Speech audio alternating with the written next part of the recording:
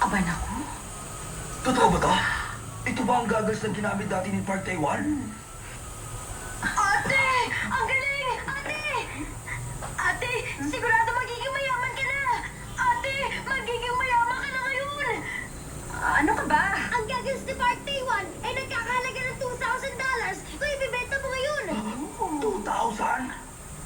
Ang goggles na to, 2,000 ang halaga! Ibenta na yan ngayon din. Saan ka ba makakakita ng 2,000? Huwag na! Talagang mahal ito!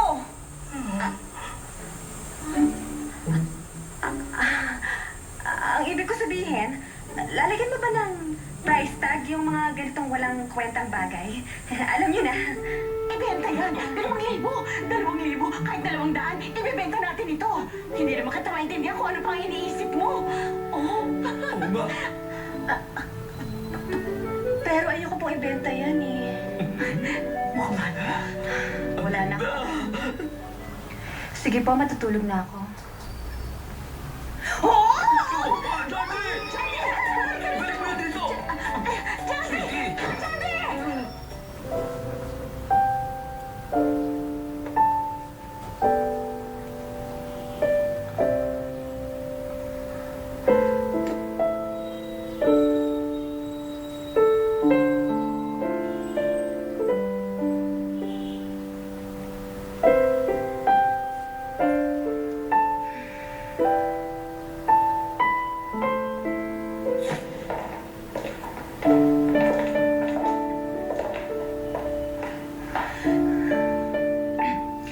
Aalis na ako.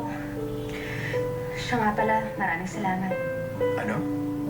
Hindi kita narinig. Maraming salamat. Ano? Sabi ko maraming salamat!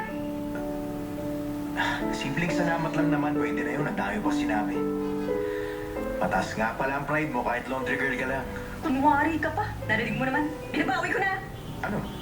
Binabawi ko na yung pasasalamat ko. Hindi ka na talaga magbabago, no? Aalis na ako.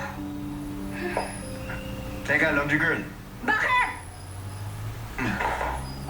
Oh, huwag kang iinom pag wala ako, ha?